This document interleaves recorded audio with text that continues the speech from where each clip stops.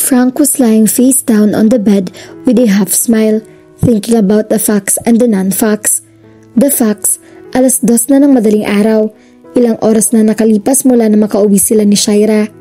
Normally ay wala dapat siya sa sariling bahay sa ganong oras, o kung nasa bahay man ay may kainuman siyang katropa o may katabi siyang babae na nakahubad. The non-facts, sa isip niya, ang oras ay parang diffuse bomb. Tumitigil yun kapag naalala niya si Shaira. He felt 15 again. Silly, because of a girl who smelled like soap. Nasa bahay siya dahil ayaw niyang uminom, at kung may dahilan man siyang babae ay ayaw na niyang iba. Ang tanging gusto niya ay si Shaira. Mas gusto rin niyang isipin nito na magdamag kaysa matulog. Tumunog ang cellphone niya at halos lundagin niya iyon. It could be Shaira, pero halos itapon niya ang cellphone nang makitang kay Tiago galing ang text. Nagyaya itong mag-motorcross. Matagal na nilang hindi nagagawa iyon. Nag-reply siya rito. Next time na lang pre. Hindi muna siya huminga. Nagpalakad-lakad pa siya sa loob ng kanyang kwarto. Tumingala pa siya na parang nakikita niya ang tenant sa itaas ng basement. Kising pa kaya ito? Iniisip din kaya siguro nito? Kinuha niya ang cellphone at nag-isip ng i-text dito. Something that didn't scream like, "I've been thinking about you like some obsessed loser." But he settled for a forwarded green joke. Not too green because only sluts would love that. It was just a cute and forgivable green joke. Mapagkakamalang ipinasa rin yun sa iba. Hindi siya mapakali habang hinihintay niya kung mag-reply ito o hindi. Inisip niya kung saan nakatapat ang kwarto ni Shaira. Tumapat siya sa 4-seater ni dining table niya. Not there. This is the guest room. Naglakat ba siya ng pakanan? CR na ito eh. Aniya si isip. Naglakad siya ng kaunti pakaliwa at sigurado siya na kung hindi binago ni Shaira ang kinaroroonan ng kama ay dun siya mismo nakatapat ngayon. Tumunog uli ang cellphone niya. Si Shaira. Bumilis ang tibok ng puso niya na tila isa siyang 15-year-old virgin. What are you doing to me, Shaira? Green jokes? Seriously? At 3 a.m.? Not sure. My parents would approve of you. Sabi nito sa text. Ang bilis mo ha. Meet the parents na agad? Reply niya rito. Mula sa sandaling iyon hanggang sa sumikat na ang araw ay magka-text sila ni Shaira. Naglalakad sina Shaira at Frank sa sidewalk. Recently, they started spending more time together. Kahit wala yung kinalaman sa paghahanap nila kay Kikoy. Madalas kasi nasa bahay lang sila. Pero kanina niyaya siya ni Frank na maglakad-lakad. Papadilim na at naroon pa rin sila ni Frank at naglalakad sa mga establishmento na malapit sa subdivision. Hindi niya naisip na literal na maglalakad lang ang gagawin nila ni Frank. Kaya hayun siya at nakasuot ng stupid pa-cute heels na tinarnuhan niya ng pa-cute dress. Definitely not made for walk. Nilampasan niya ang isang Chinese restaurant, isang shop na nagbebenta ng Lucky Charm, pet shop at kung ano-ano pa. Kwentuhan lang sila ng kwentuhan. Hinihintay niya itong magkwento ng tungkol sa sarili nito. Pero sa lahat ng people's person, si Frank lang yata ang hindi open book.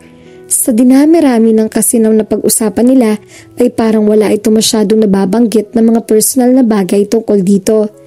But she still tried, like a scientist who wanted to unravel the mystery. So, taga Maynila talaga kayo ng parents mo? Tanong niya kay Frank. Bakit? Mukha ba akong probinsyano? Napaismid siya sa sinagot nito pero pinalampas na lang niya iyon at nagtanong uli. Siguro, walang siguro mga babae na susugod sa akin ngayon dahil kasama kita, hindi ba? Lately, napapansin niyang wala nang babaeng nagpupunta sa bahay nila pero hindi siya sigurado kung wala na talagang babae sa buhay nito.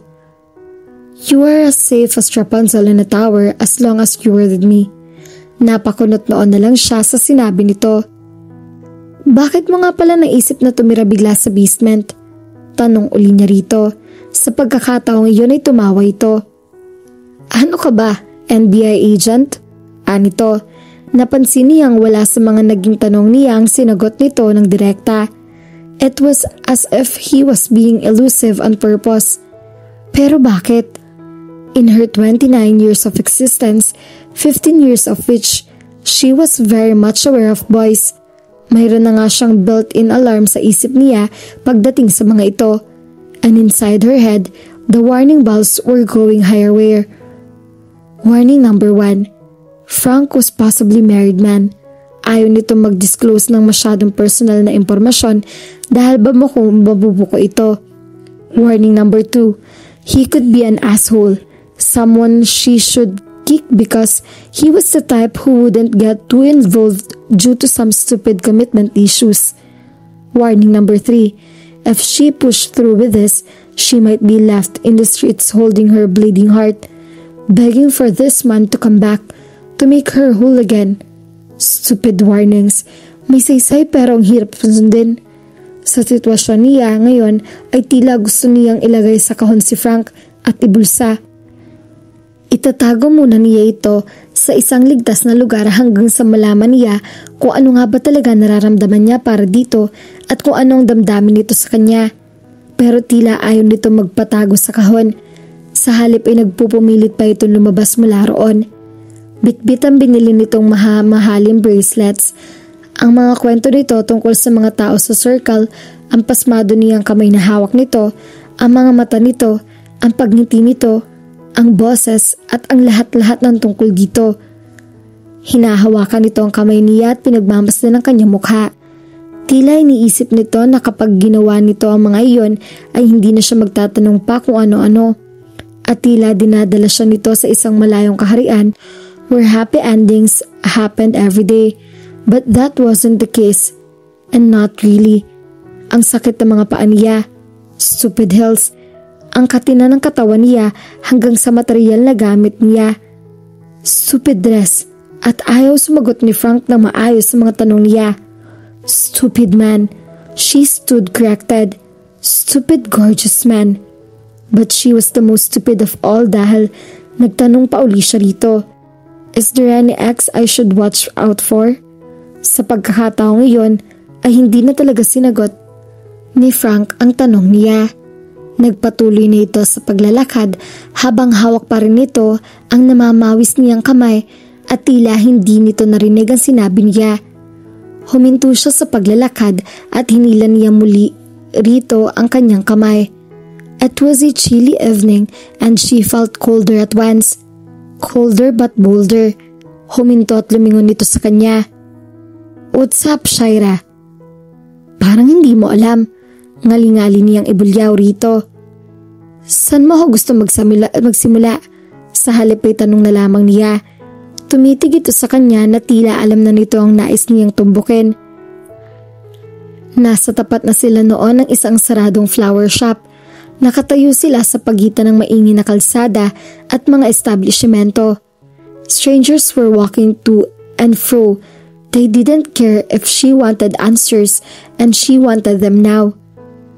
Ayaw masagutin ng maayos sa mga tanong ko, mariing sabi niya rito. Bahagya itong tumawa. Alin? Yung mga tanong mong pang slam book? What is love? What is crush? Anong motto ko sa buhay? This isn't a joke, Frank. I can figure you out because you won't let me. Bakit? Noon ito lumapit sa kanya. He spoke slowly, clearly, like he was explaining a very complex equation to a student who wanted math. Because we have plenty of time for that. For now, may mga bagay na mas importante pa roon.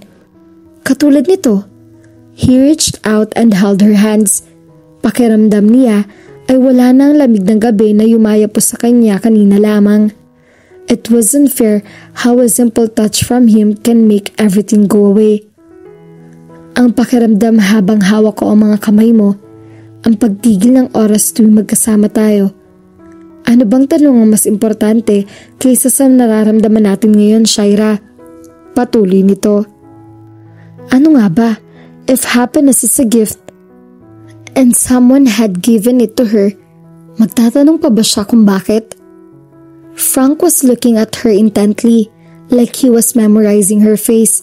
His eyes traveled all the way to her lips. Was he going to kiss her? Here? Now, sa harap ng maraming tao, inilapit nito ang mukha nito sa kanya. His warm breath was warming and fanning her face. Her legs were turning into a pair of useless and unreliable limbs, and his lips were getting closer and closer. He closed his eyes and she didn't. Roses po para sa Valentine's Day. Mura lang. Halos hindi na niya naintindihan ang sinabing iyon ng kung sino man na lumapit sa kanila ni Frank. Mabilis na napadilat si Frank para itong gumigising mula sa isang panaginip. Binitawan nito ang mga kamay niya saka umatras. Let's go home, he said in a low and harsh voice that didn't sound like him. Parang nag-iba bigla ang itsura nito. There was the peculiar expression on his face again, like he was in a great pain. Nagsimula nang maglakad si Frank, pero siya ay tila hindi man lang makahakbang dahil nanghihina pa rin ang mga tuhod niya sa halik na hindi na naman natuloy at sa pagkumpronta niya rito. Pakiramdam niya hinigop ng lahat ng lakas niya, and she was still being punished by her stupid shoes. Noon niya naramdaman ang sobrang sakit sa mga paa niya na parang hinihiwa iyon. Tara na, tawag sa kanya ni Frank. I can't, masakit na mga paa ko, tugon niya. Tiningnan siya nito, and all of a sudden, he was no longer the man who was about to kiss her. He was now a man who was running out of patience because of her ridiculous shoes. Ang akala ni Shaira iiwan na siya ni Frank. Nakita kasi niya sa itsura nito na tila gustong-gusto na nitong umalis sa kinatatayuan nito. Like it was causing him pain to stand there and wait for the craziest ladies with stupid painful shoes. Pero nilapitan siya ni Frank at marahang binuhat. Mag-taxi na lang tayo sa kanto. Bawal dito. That was the last thing he said that night that was full of confusion and interrupted moments. Sa gabing iyon naramdaman ni Shaira na parang hindi si Frank ang bumuhat sa kanya palayo sa taong nagbebenta ng mga rosas. At dito na po nagtatapos ang ating kwento. Sabay-sabay po nating abangan ang susunod na kabanata. Maraming salamat po. God bless and stay safe.